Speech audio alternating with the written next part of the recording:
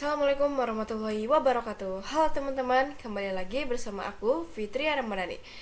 Di pembahasan kali ini saya akan membahas tentang modul Mikrotik MTSNA Preparation bab 5, yaitu Mikrotik Akses. Nah, ini pembahasannya. Yang pertama yaitu metode akses mikrotik, akses router board with Winbox, menu hostname IP address pada Winbox, pengenalan mikrotik pada Winbox, akses router board virtual Pinelab dengan Winbox, ada Wi-Fi, ada QuickSet, ada Telnet, dan SSH, dan yang terakhir itu konsep serial console. Yang pertama yaitu metode akses mikrotik US, ada keyboard, serial console, remote server terminal atau SSH, ada Winbox, ada FTP, ada API, ada QuickSet dan Wi-Fi, ada Mac, Telnet, ada lokal atau Winbox terminal menu, dan yang terakhir ada mikrotik IPP. Untuk tampilan pada Winbox available akses by MAC address atau IP address, akan tetapi untuk akses pertama kali mikrotik ini bisa menggunakan MAC address. Perlu diketahui bahwa Winbox ini by default berformat, jadi hanya bisa diakses melalui Windows. Topologinya dari laptop kita terhubung menggunakan kabel LAN ke Ether 2, jangan di port 1 terlebih dahulu, karena untuk pertama kali jangan langsung ke port 1. Caranya yaitu, langkah pertama, colokan kabelan pada mikrotik router OS dan juga pada laptop tidak ada port untuk kabelan, jadi gunakan adapter dari USB untuk Ethernet LAN. Yang kedua yaitu aktifkan mikrotik dengan powernya sampai menyala lampunya. Langkah ketiga yaitu buka aplikasi Winbox. Untuk pertama kali pastikan mikrotik sudah terkonek dengan teridentifikasi. Langkah keempat yaitu jika mikrotik kalian baru pertama kali diakses, maka akan muncul kalimat router OS default configuration, kemudian klik remove configuration. Kalau misalnya menggunakan MAC address, itu langsung klik connect, tidak ada passwordnya. Di antara langkah yang bisa kita lakukan agar terrealisasinya akses mikrotik, memastikan bahwa kabelan sudah terhubung dengan mikrotik. Setelah itu, kalau masih gak bisa, cek dulu firewallnya. Pastikan firewallnya dalam keadaan mati. Setelah itu, adapter Ethernet lainnya dalam keadaan available keadaan selain Wi-Fi. Ketika masuk inbox, akan terlihat berbagai fitur yang ada di bagian sisi kiri ini. Kalian bisa memberikan identitas nama atau hostname, kita bisa diganti sesuai kebutuhan kita masing-masing. Caranya yaitu klik sistem, kemudian klik identitas, masukkan hostname yang akan digunakan, maka secara tidak langsung hostname-nya akan berubah. Materi yang kedua yaitu menu hostname IP address pada Winbox. Nah, addressnya terletak pada kiri, kemudian IP diklik. Terus klik addresses, di sini belum ada IP address yang kita tambahan. Kita tambahkan yaitu dengan cara klik tambah atau add.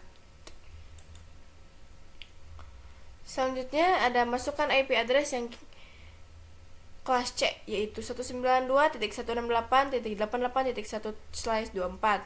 Nah, di sini harus pakai prefix karena ini mikrotik. Selanjutnya yang keempat yaitu kita pilih interface-nya yang tercolok pada mikrotik kita dengan kabelan tadi. Di sini kita pilih Ether 2. Lalu klik apply, otomatis network-nya sudah langsung terisi. Lanjut klik OK, maka sudah berhasil memberikan IP address pada mikrotik router. Selanjutnya ada pengenalan mikrotik pada tampilan Winbox. Di sini ada berbagai fitur ya. Yang pertama itu ada connect to, ini merupakan langkah yang bisa kita lakukan dalam akses router kita, baik itu menggunakan IP address atau MAC address. Selanjutnya ada login. Login ini merupakan opsi user yang dapat kita gunakan dalam akses router tersebut. Karena router ini masih kosongan dan baru pertama kali diakses, maka kita bisa login admin dengan password yang kosong. Yang ketiga itu ada identity. Identity merupakan informasi terkait hostname yang ada pada mikrotik kita. Kemudian ada version. Version merupakan versi pada mikrotik kita. Dan selanjutnya ada board. Board merupakan jenis mikrotik yang kita gunakan yaitu CHR. Nah, yang terakhir itu uptime, yaitu menginformasikan selama berapa lama mikrotik kita diakses. Nah, fitur yang ada pada Winbox. di gambar ini.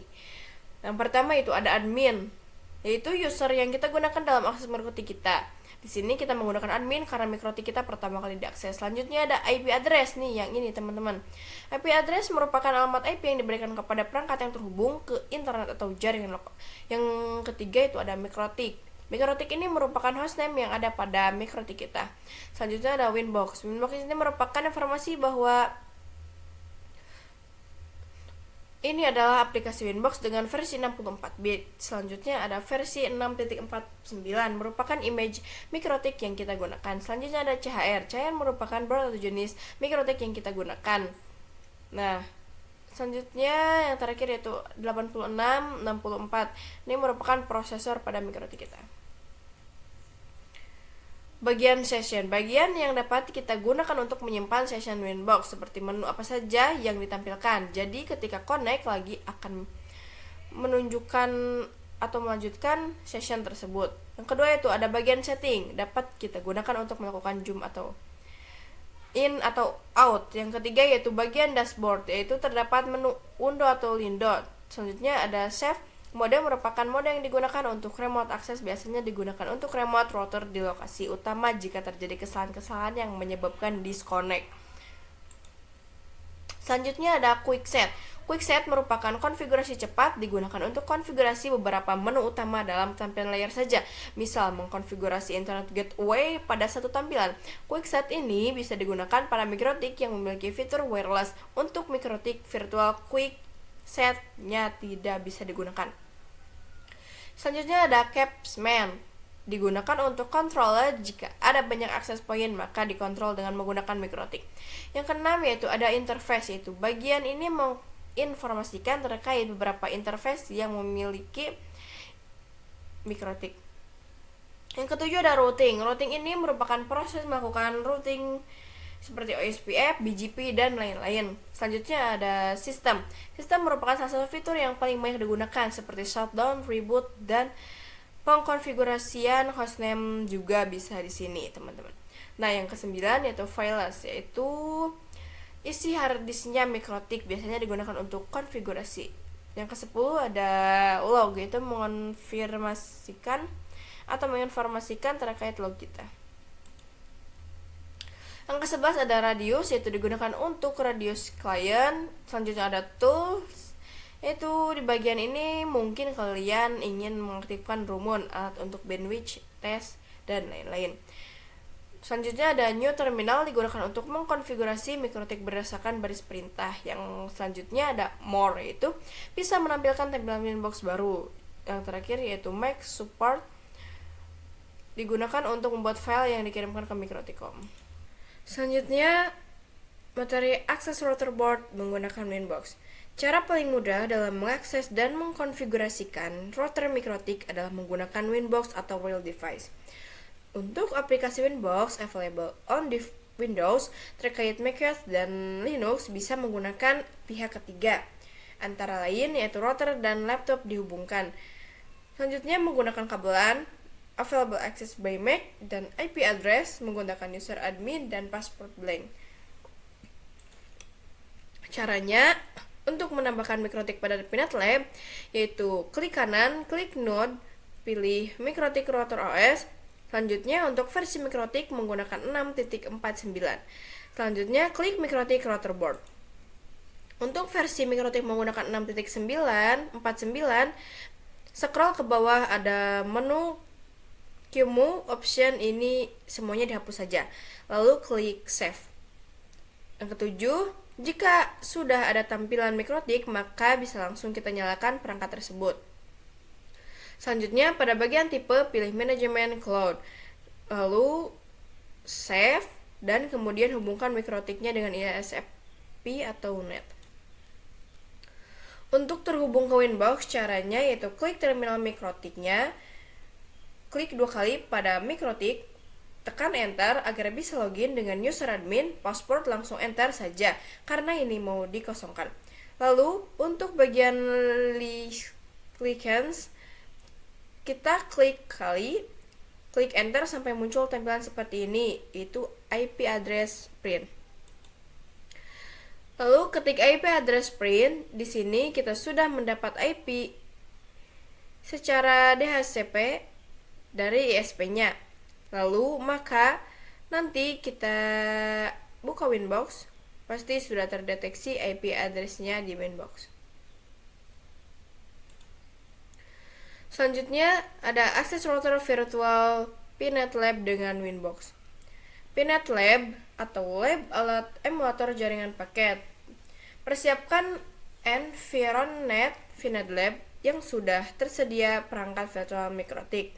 Lalu persiapkan aplikasi Winbox, lakukan koneksi antara ISP dengan router, lalu connect virtual mikrotik using Winbox. Selanjutnya, mengakses router board menggunakan Wi-Fi. Wi-Fi diperkenalkan sejak router OS versi 5.0 dengan fungsi yang sama dengan Winbox, yaitu support IP versi 4 dan IP versi 6, support HTTP dan HTTPS sebagai alternatif Winbox. Untuk akses router board via Wi-Fi bisa dengan mengetikkan IP router pada browser HTTP IP router.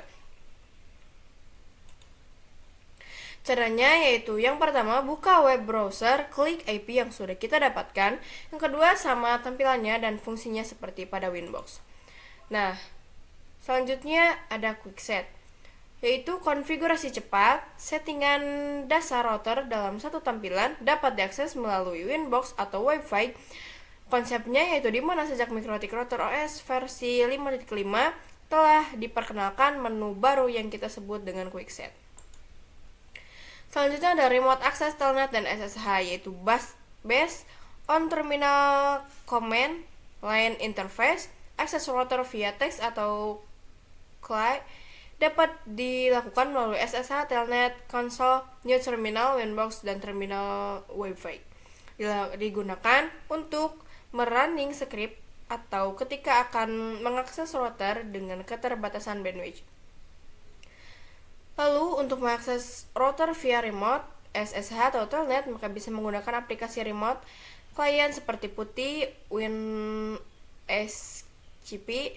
dan lain sebagainya.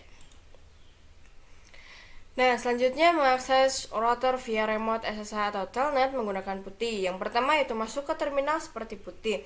Selanjutnya pilih connection, tipe, serial, dan sesuaikan serial line COM yang dapat dilihat pada device manager. Lalu speed bound rate 115.200 khusus perangkat mikrotik. Konsep serial console. Serial console digunakan apabila kita lupa atau salah dan telah disable semua interface pada mikrotik. Serial console dibutuhkan saat kita menggunakan NIT install. Remote via serial console membutuhkan kabel DB9 atau konverter USB ke DB9.